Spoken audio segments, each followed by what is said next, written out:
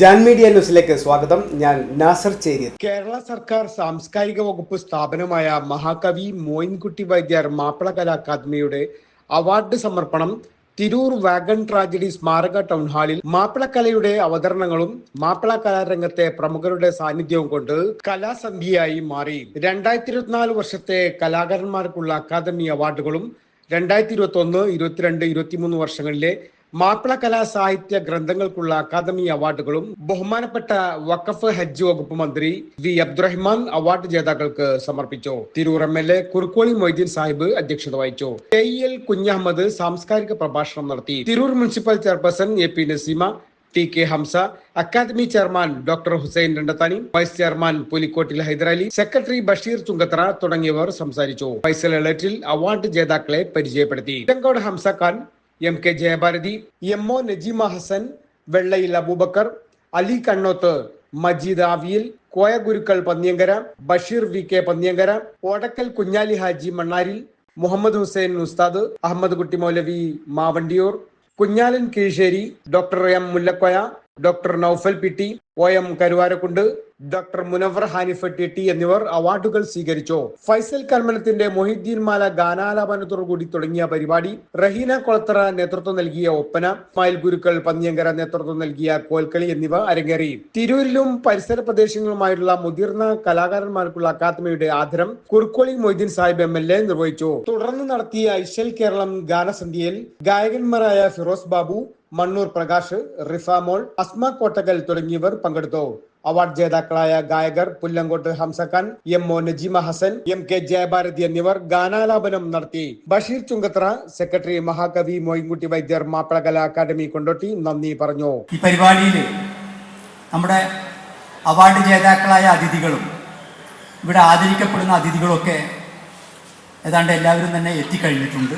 ഈ തിരൂരിൻ്റെ കലാകാരനായ ഫൈസൽ കന്മനവും ഒരു ഗായികയും ചേർന്ന് ഇവിടെ മാപ്പിളപ്പാട്ടിലെ ഏറ്റവും പഴക്കമുള്ള, കണ്ടെടുക്കപ്പെട്ട കൃതികളിൽ ഏറ്റവും പഴക്കമുള്ള എന്ന് വിശേഷിപ്പിക്കപ്പെടുന്ന മൊഹിയുദ്ദീൻ മാല ൂരുമേ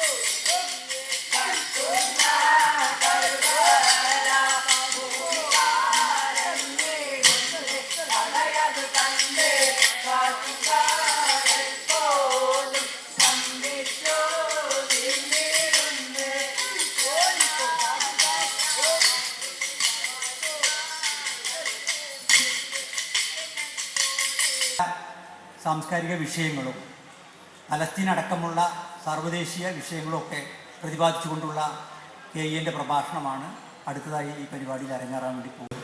മാത്രം. എന്നാൽ അവിടെയും അവർ സുരക്ഷിതരല്ല, അവിടെയും അവർ ആക്രമിക്കപ്പെടുന്നു. അങ്ങനെ ശവകുടീരങ്ങൾ പോലും യുദ്ധത്തിൻ്റെ ഭക്ഷണമായിത്തീരുന്ന, തീറ്റയായിത്തീരുന്ന, യുദ്ധമെന്ന വാക്ക് അപര്യാപ്തമാണ്, അധിനിവേശത്തിൻ്റെ ഭക്ഷണമായി, തീറ്റയായി ശവകുടീരങ്ങൾ പോലും മാറുന്ന, ശ്മശാനം മാറുന്ന ഒരു പശ്ചാത്തലത്തിൽ പലസ്തീൻ പ്രശ്നത്തെക്കുറിച്ചുള്ള സംക്ഷിപ്തമായ ഒരു വിവരണം ഇതുപോലുള്ള ഒരു പ്രബുദ്ധ സാംസ്കാരിക സദസ്സിൽ ഏതർത്ഥത്തിലും അനിവാര്യമായിരിക്കും എന്നാണ് ഞാൻ കരുതുന്നത്. കേരളത്തിൽ ലോകത്തിൻ്റെ വിവിധ ഭാഗങ്ങളിൽ ഇതേക്കുറിച്ചുള്ള നിരവധി പ്രഭാഷണങ്ങൾ, പ്രബന്ധങ്ങൾ, പഠനങ്ങൾ ഒക്കെ നടന്നു കഴിഞ്ഞിട്ടുണ്ട്. പക്ഷേ എത്ര പഠനങ്ങൾ നടന്നാലും, എത്ര പ്രഭാഷണങ്ങൾ നടന്നാലും പലസ്തീൻകാർ അനുഭവിക്കുന്ന, ഗസയിലെ മനുഷ്യർ അനുഭവിച്ചു കൊണ്ടേയിരിക്കുന്ന ജീവിത പ്രശ്നങ്ങളുടെ പശ്ചാത്തലം നമുക്ക് വേണ്ട വിധം മനസ്സിലായിട്ടുണ്ടോ എന്നുള്ളത് സംശയാസ്പദമാണ്. ലോകത്തിൽ പലസ്തീൻ പ്രശ്നം പോലെ, പലസ്തീൻ പ്രശ്നം എന്നുള്ള പ്രയോഗം പോലും സൂക്ഷ്മമല്ല. കാരണം പലസ്തീൻകാരുണ്ടാക്കിയ പ്രശ്നമല്ല, മറിച്ച് ഒരു പ്രശ്നവുമില്ലാതിരുന്ന പാലസ്തീനിൽ, അങ്ങനെ വേണം പറയാൻ. എന്തുകൊണ്ടെന്നാൽ ലോകത്തിൻ്റെ പല ഭാഗത്ത് ജൂത സമൂഹം കടുത്ത പീഡനങ്ങൾക്ക് ഇരയായിക്കൊണ്ടിരുന്നൊരു പശ്ചാത്തലത്തിൽ ഏറെക്കുറെ 1215 മുതൽ തന്നെ, അല്ലെങ്കിൽ അതിനും പിറകിലേക്ക് വ്യാപിച്ചു നിൽക്കുന്ന ജൂത പീഡനത്തിൻ്റെ ഒരു പശ്ചാത്തലമുണ്ട്. അങ്ങനെ ലോകത്തിൻ്റെ വിവിധ ഭാഗങ്ങളിൽ, പ്രത്യേകിച്ചും യൂറോപ്പിൽ കടുത്ത പീഡനങ്ങളിലൂടെ ജൂത സമൂഹം കടന്നു പോകുമ്പോൾ ലോകത്തിൻ്റെ മുഴുവൻ ഐക്യം, ലോകത്തിൻ്റെ മുഴുവൻ അടുപ്പം ആ പീഡിക്കപ്പെട്ട ആ ജൂത സമൂഹത്തോടായിരുന്നു. അതാവേണ്ടതുണ്ടായിരുന്നു, അതങ്ങനെ തന്നെ തുടരുകയായിരുന്നു എന്ന് നമുക്ക് കാണാൻ പറ്റും. ആദ്യമായി പുല്ലാങ്കോട് ഹംസ ഖാൻ നമുക്കറിയാം, പ്രഗത്ഭനായ ഗായകനാണ്. 1951 ജനിച്ചു. പഠന കാലം മുതൽ തന്നെ ഗാനമേളകൾ സജീവമാണ്. 67 മുതൽ സ്വന്തമായി ഗാനമേള സംഘമുണ്ടാക്കി സ്റ്റേജ് പരിപാടികൾ സംഘടിപ്പിച്ചു. തിരൂർ PPM ഷായുടെ കീഴിൽ പഠനം നടത്തി. ഹംസ ഖാൻ ശ്രീവല്ലി ഗായക സംഘം കേരളത്തിനകത്തും പുറത്തും ഒട്ടേറെ ഗാനമേളകൾ നടത്തി വലിയ സ്വീകാര്യത ലഭിച്ച ഒരു ടീമാണ്. ആയിരം കാലങ്ങളിക്കരേ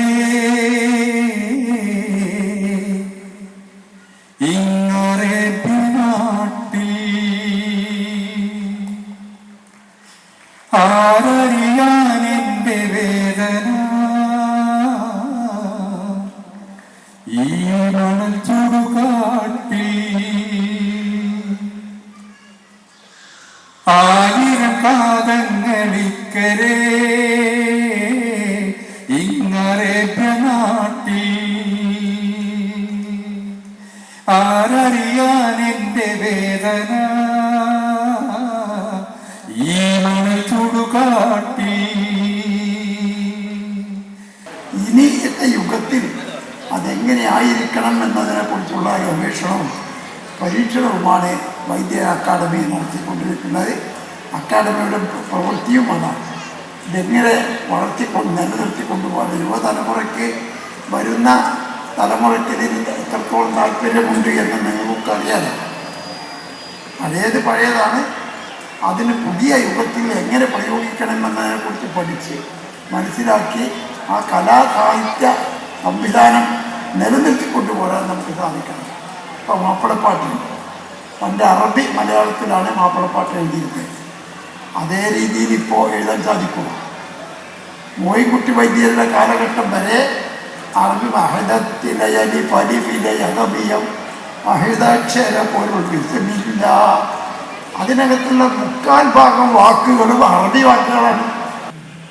ദൈവാനുഗ്രഹത്താൽ വിവിധ പരിപാടികളും പദ്ധതികളും നടപ്പിലാക്കാൻ കഴിഞ്ഞു. അതിൻ്റെ പിന്നിൽ സർക്കാരിൻ്റെ നിർലോഭമായ സഹകരണം കിട്ടി എന്നുള്ളതാണ് ഏറ്റവും സന്തോഷകരം. ഒരു അക്കാഡമിയെ സംബന്ധിച്ചിടത്തോളം നേരത്തെ സെക്രട്ടറി പറഞ്ഞതുപോലെ ഒരുപാട് അക്കാഡമികൾ നമ്മുടെ കേരളത്തിൽ പ്രവർത്തിക്കുന്നുണ്ട്. എന്നാൽ ഒരു ജനകീയ അക്കാഡമിയായി മഹാകവി മോയിൻകുട്ടി വൈദ്യർ മാപ്പിളകലാ അക്കാദമിയെ മാറ്റാൻ നമുക്ക് കഴിഞ്ഞത് ഈ എൻ്റെ പിന്നിലിരിക്കുന്ന നിരവധി കലാകാരന്മാരുടെയും അതോടൊപ്പം നാട്ടുകാരുടെയും സർവാത്മനായുള്ള പിന്തുണ കൊണ്ട് മാത്രമാണ്. സർക്കാർ തിരഞ്ഞെടുക്കുന്ന ഒരു കമ്മിറ്റിയെ കൊണ്ട് മാത്രം എവിടെയും എത്തിക്കാൻ കഴിയില്ല. അതേസമയം വലിയ ഭാരമാണ് സർക്കാർ ഏൽപ്പിച്ചിരുന്നത്. കാരണം മഹാകവി മോയിൻകുട്ടി വൈദ്യർ അക്കാദമിക്ക് മാത്രമാണ് ഒരു ഉപകേന്ദ്രം കോഴിക്കോട് ജില്ലയിലെ നാദാപുരത്ത് പ്രവർത്തിക്കുന്നത്. ഇത് രണ്ടിൻ്റെയും ഉത്തരവാദിത്വം ഏറ്റെടുത്തുകൊണ്ടാണ് പ്രവർത്തിക്കേണ്ടിയിരുന്നത്. എന്നോടൊപ്പമുള്ള എൻ്റെ സഹപ്രവർത്തകർ, ഇതിൻ്റെ ഭാരവാഹികൾ എല്ലാവരും ഞങ്ങൾ ഒരുമിച്ച് നിന്നതുകൊണ്ട് ഇത്രത്തോളം വലിപ്പത്തിൽ ഇതിനെത്തിക്കാൻ കഴിഞ്ഞു എന്ന സന്തോഷം നമുക്കുണ്ട്. മഹാകവി മോയിൻകുട്ടി വൈദ്യർ സാഹിത്യ മേഖലയിൽ ഒരു വേറിട്ട സാഹിത്യ ശാഖയെ തന്നെ നമ്മുടെ മുമ്പിൽ ഉണർത്തിക്കൊണ്ടുവരികയും ഉയർത്തി അവതരിപ്പിക്കുകയും ചെയ്ത ഒരു മഹാനാണ്. അവരുടെ സ്മരണക്കും ആ മേഖലയുടെ വളർച്ചയ്ക്കും കേരളത്തിൽ രൂപീകൃതമായിട്ടുള്ള അക്കാദമിയാണ് മഹാകവി മോയിൻകുട്ടി വൈദ്യർ മാപ്പിളകലാ അക്കാദമി. അത് വർഷങ്ങളായി 1952 അത് സ്ഥാപിതമായത് എന്നാണ് ഞാൻ ഓർക്കുന്നത്. അതുമുതൽക്ക് വിവിധങ്ങളായ ഇടപെടലുകൾ നടത്തുന്ന ഈ മേഖലയിൽ വലിയ സംഭാവനകൾ അർപ്പിക്കാൻ ഈ അക്കാദമിക്ക് കഴിഞ്ഞിട്ടുണ്ട്. കൊണ്ടോട്ടി ആസ്ഥാനമായി പ്രവർത്തിച്ചു കൊണ്ടിരിക്കുന്ന ഈ മഹൽ സ്ഥാപനം ഈ വർഷത്തെ വിവിധ മേഖലകളിലുള്ള ജേതാക്കളെ അനുമോദിക്കുവാനും അവർക്കുള്ള അവാർഡുകൾ വിതരണം ചെയ്യുവാനുമാണ് തിരൂരിലേക്ക് എല്ലാവരും അതിന് സാക്ഷികളാകാൻ കൂടിയാണ് നമ്മളെല്ലാവരും എത്തിച്ചു വന്നിട്ടുള്ളത്. മുസ്ലിം സമൂഹം ഇടചേർന്നെടുത്ത സൗഹാർദ്ദത്തിൻ്റെയും സമന്വയത്തിൻ്റെയും മാനവികതയുടെയും കലാസാക്ഷ്യമാണ് മാപ്പിള കലാരൂപങ്ങൾ. തദ്ദേശീയമായി രൂപം കൊണ്ട കലകൾ മുസ്ലിം ജീവിതത്തിലേക്ക് കൂടിച്ചേർന്ന് നിന്ന് ഇന്ന് കാണുന്ന വ്യത്യസ്തമായ മാപ്പിള കലാരൂപങ്ങളായി മാറുകയായി. സമൂഹത്തിൻ്റെ വിവിധ ശ്രേണികളിൽ ആ ശ്രേണികളിൽ നിന്ന് ഇസ്ലാമിലേക്ക് പരിവർത്തനം ചെയ്യപ്പെട്ടവർ മതബോധ്യങ്ങൾക്കിണങ്ങുന്ന വിധത്തിൽ തങ്ങളുടെ സാംസ്കാരിക ജീവിതത്തെ ഉണരുകയും അല്ലാത്തവയെ ഉപേക്ഷിക്കുകയുമുണ്ടായി. മതവിരുദ്ധതയില്ലാത്ത കലാരൂപങ്ങൾ മുസ്ലിം പണ്ഡിതർ അത് സമൂഹത്തിൻ്റെ എതിർപ്പുകൾ ഉണ്ടായിട്ടില്ല എന്നതാണ് ഈ കലാരൂപം ഇത്രയും വളർച്ച പ്രാപിക്കാനുള്ള പ്രധാന കാര്യം.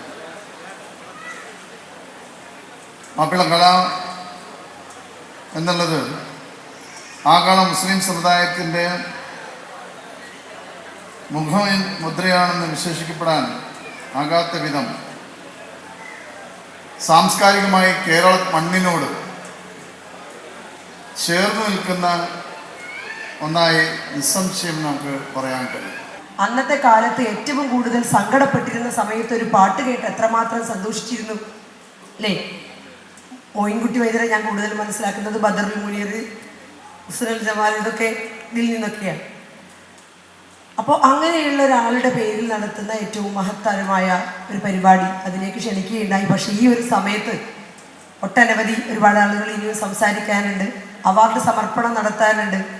ഫിറോസ് ബാബൊക്കെ പറയുന്നത് ഒരു നഗരത്തിൻ്റെ മാതാവ് വരാതിരുന്നാൽ ഈ പരിപാടി പൂർണ്ണമാകില്ല, എത്ര വൈകിയാണെങ്കിലും ഇവിടെ വരണം എന്ന് പറഞ്ഞപ്പോൾ തീർച്ചയായും കാലം എന്താ പറയുക 5 വർഷക്കാലം പൂർത്തീകരിച്ച് ഞങ്ങൾ പടിയിറങ്ങാൻ നിൽക്കുന്ന ആ ഒരു സമയത്ത് ഇനി ഒരിക്കലും നഗരസഭാ അധ്യക്ഷ AP നസീമ എന്നൊന്നും പറയില്ല, പഴയ ചെയർപേഴ്സൺ എന്നേ പറയുള്ളൂ. അപ്പോൾ കിട്ടിയ കാലത്ത് ആ അംഗീകാരത്തോടു കൂടി നിങ്ങളെ എല്ലാവരെയും ഒന്ന് കാണാനും ഈ ചടങ്ങിന് ആശംസ പറയിക്കാനും കലയെ സ്നേഹിക്കുന്ന മുഴുവൻ ആളുകൾക്കും ശരിക്കും പറഞ്ഞാൽ നല്ല മനസ്സും നല്ല ചിന്തയും ഉള്ളവർക്ക് ഈ ഒരു കലയെ സ്നേഹിക്കാനും ഇതിനെ ചേർത്ത് നിർത്താനും കഴിയും.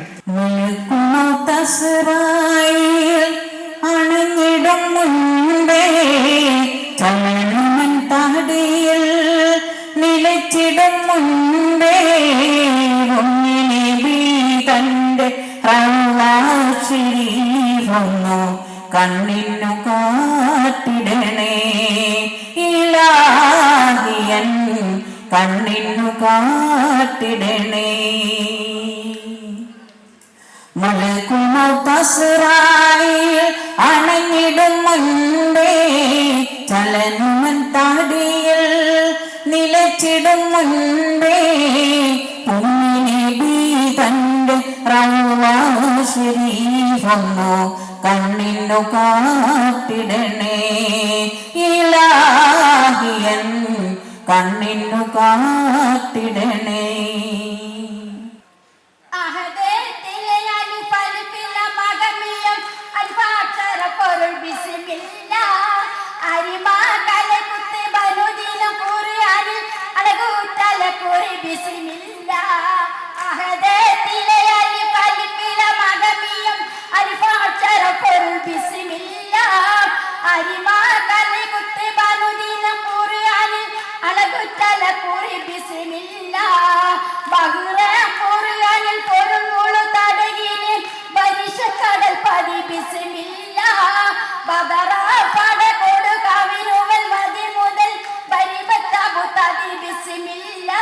റഹ്മാൻ അവർക്ക് അക്കാദമിയുടെ പേരിലും സംഘാടക സമിതിയുടെ പേരിലും നന്ദി രേഖപ്പെടുത്തുന്നു. ഇവിടെ അധ്യക്ഷത വഹിച്ച കുറുക്കോളി മൊയ്തീൻ MLA അക്കാദമിയുടെ പേരിലും സംഘാടക സമിതിയുടെ പേരിലും നന്ദി രേഖപ്പെടുത്തുന്നു. എനിക്ക് മൂന്നാമത്തെ കാസറ്റായിട്ട് പാടാൻ കഴിഞ്ഞ സുൽത്താന എന്ന കാസറ്റിലെ ഞാനും സുബിലേച്ചിയും ഇന്നലെയും TK കോയും എല്ലാം ചേർന്ന് പാടിയ TP ആലിക്കുട്ടി കുരുക്കളുടെ വരികൾക്ക് കോഴിക്കോട് അബൂബക്കറിയണമിട്ട് പാടാൻ കഴിഞ്ഞ യാ റസൂലല്ലാ സല്ലി അലാ യാ ഹബീബി എന്ന ഗാനത്തോടെ തുടങ്ങുകയാണ്. യാ റസൂലല്ലാ